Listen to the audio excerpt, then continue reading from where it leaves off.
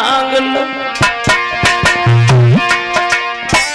अवध मांग लो, राम प्यारे न मांगो, अवध मांग लो।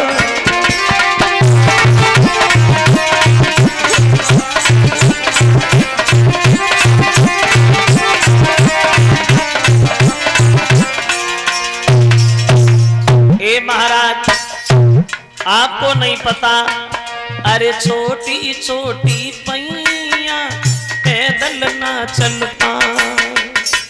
छोटे हैं राम बोले, अरे छोटी छोटी पैया पैदल ना चल पा। छोटी नरम कलैया धनवा ना धर पा।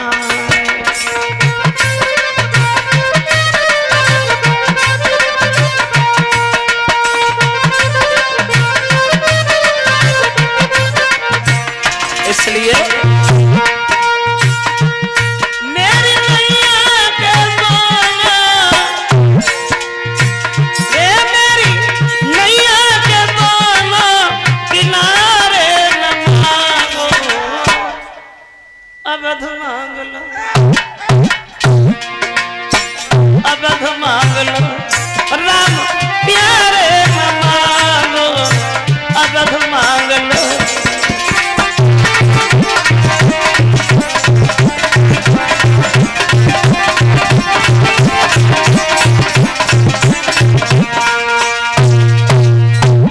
लक्ष्मण को ना मांगो, जो इच्छा हो वो मांगो।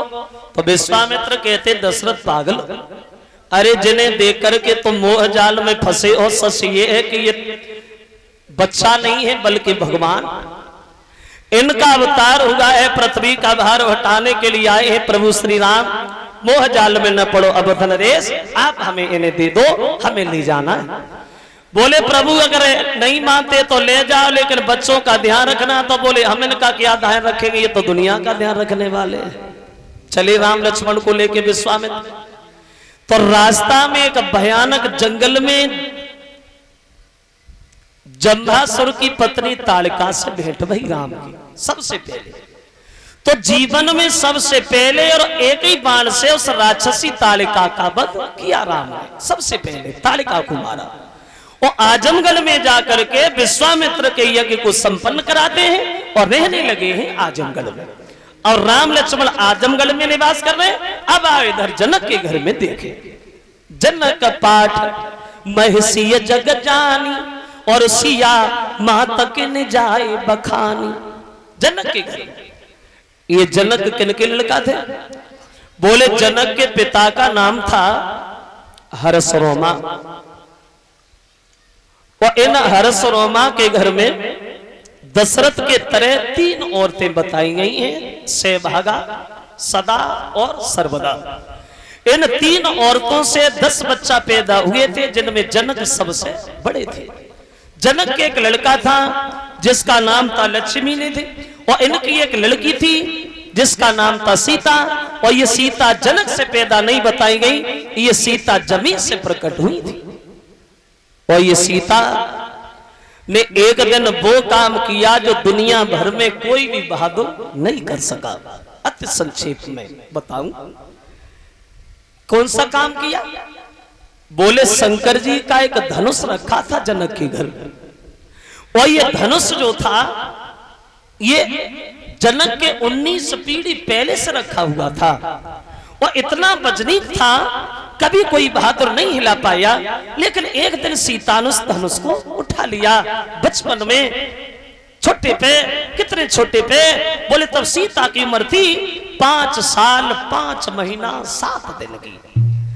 जो ये धनुष दधीच महात्मा की रीढ़ की हड्डी का बना हुआ था, पिंडा की हड्डी का। तो जब सीता ने धनुष उठाया तो जनक ने मन में सोचा मेरी बेटी ने वो काम किया है जो आज तक कोई कर ही नहीं पाया। तो क्यों ना हम ये फैसला करें, जो भी भोले बाबा के धनुष को तोड़ेगा वही हमारी बेटी सीता के साथ रिश्ता जोड़े। क्योंकि जैसा हमने कल बताया था कि लड़की से लड़का योग्य होना जरूरी। लड़की से लड़का योग्य होना जरूरी है। अगर लड़की ज्यादा पढ़ी है लड़का कम पढ़ा है तो बनेगी नहीं। पहले लोग जिंदगी काट देते थे, अब जिंदगी काटने वाले नहीं। अब जमाना बदल गया, अब तो देखते ही देखते छोड़ भी जाते हैं। शादी वाले भी छोड़ देते हैं। तो पहले में अब में अंतर, अब वो कुंडलियां निकलवाते ना, जैसे लड़का लड़की की कुंडली मिलवाते हम लोग शादियों में। तो एक दिन हमारी बुद्धि में आया कि लड़का लड़की की कुंडली न निकलवाई जाए, पहले लड़की की सास की कुंडली बहुत जरूरी है कि सास और बहू में कब बनती है। तो जनक ने दरबार में जाकर के सबसे कहा, चाहिए भाइयों चारों तरफ ये खबर भेज दो, जो भी भोले बाबा के धनुष को तोड़ेगा वही हमारी बेटी सीता की सहजता तोड़ेगा। चारों तरफ ये खबर भेजी गई। खबर मिली विश्वामित्र को कि सीता का स्वयंवर है। बोले राम चलो स्वयंवर को देखते हैं। अब चले हैं क्वार के महीना की शुक्ल पक्ष की द्वादशी वाले दिन आजमगढ़ से और जनकपुर के लिए। तो रास्ता में एक निर्जन वन मिला राम को, निर्जन, जहां पशु पक्षी भी नजर नहीं आ रहे। उस निर्जन वन में एक झाड़ियों में पत्थर की शिला पड़ी है, स्त्री। उसे देख करके राम पूछने लगे, गुरुदेव ये क्या है? बोले ये है गौतम ऋषि की पत्नी अहिल्या। पत्थर की क्यों बन गई महाराज? इनके पति ने श्राप दिया। राम क्यों श्राप दिया? सुनो, पति ने श्राप इसलिए दिया, ये अहिल्या देखने में बहुत सुंदर थी।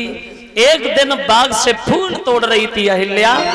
वो अहिल्या जो थी कि जो फूल न गिरे फूलवारी है सोवा तेरी ऋषि की नारी है वो।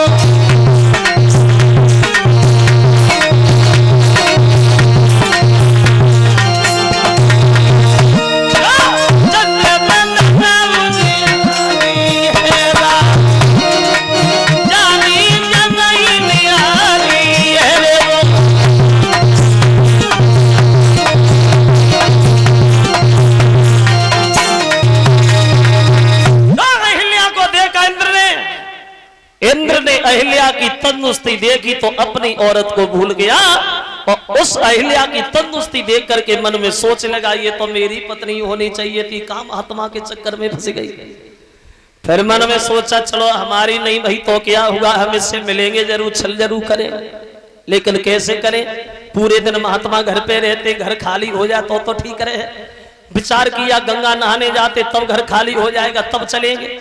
फिर मन में सोचा वो तो सुबह को जाते, ब्रह्म मुहूर्त में जाते, अगर कहीं रात में चले जाए तो मतलब बढ़िया रहे। बैठा बैठा सोच रहा है, चंद्रमा आ गया। क्या सोच रहे इंद्र भैया? बोले कुछ नहीं, चंद्रमा उलझ गया उलझनों में। एक काम करोगे क्या, आज रात को तुम मेरे साथ चले चलो।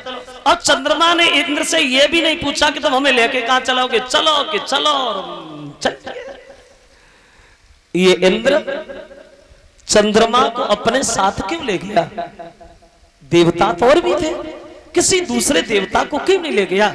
एक बात ध्यान रखना, हर आदमी के विचार हर आदमी से नहीं मिलते हैं। विचार उन्हीं से मिलते हैं जो अपने विचारों का होता है। जैसे झूठ बोलने वाला आदमी सच बोलने वाले आदमी के पास ज्यादा देर रुक नहीं पाएगा, दोनों में लड़ाई हो जाएगी। सूर को सूर, गुड़ी को गुड़ी, ठग को ठगई भावे, काग को काग, मराल और गधा की पीठ गदई खुजियावे।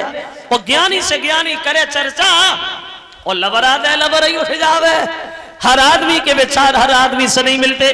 चंद्रमा से विचार मिले इंद्र के, क्योंकि चंद्रमा भी गिरे हुए विचारों का था। चंद्रमा के घर में 27 औरतें थी, 27। वही अपनी 27 औरतों को छोड़ करके अपने गुरु बृहस्पति की पत्नी तारा को भगा लाया था। अवगुणी उसके भी अंदर था। न तुम हमारी कहो और न हम तुम्हारी कहें, हम दोनों एक से। अब देखो पराई औरत के पीछे वो इंद्र अपनी औरत भूल गया और रात के अंधेरे में जंगल में ठोकरें खाने लगा। कभी कहता है इंसान की बात तो अलग है, देवता भी भूल गए। क्योंकि एक कवि ये कहता है क्या छुपा दिया है नारी में जो नहीं दिखाई देता है। नारी के आगे सूरवीर बलवान तलक झुक जाता है।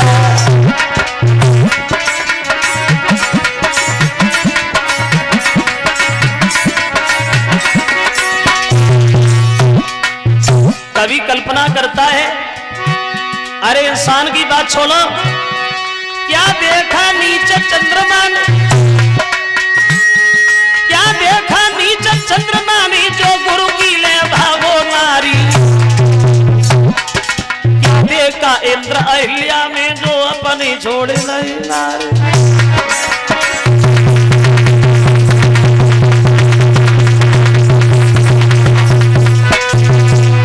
चंद्रमा इंद्र दोनों चल दिए। अंधेरी रात में महात्मा गौतम ऋषि के आश्रम पे पहुंच गए।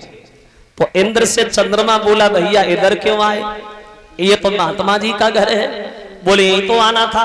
क्यों? बोले चंद्रमा आज रात को थोड़ी देर के लिए तुम्हें मेरा एक छोटा काम करना है। क्या करना है? तो वो बोला है चंद्रमा से, इंद्र थोड़ी देर के लिए कि तुम मुर्गा बन जाना, थोड़ी देर को कि तुम मुर्गा बन जाना और मैं बाबा बन जाऊंगा। तुम मुर्गा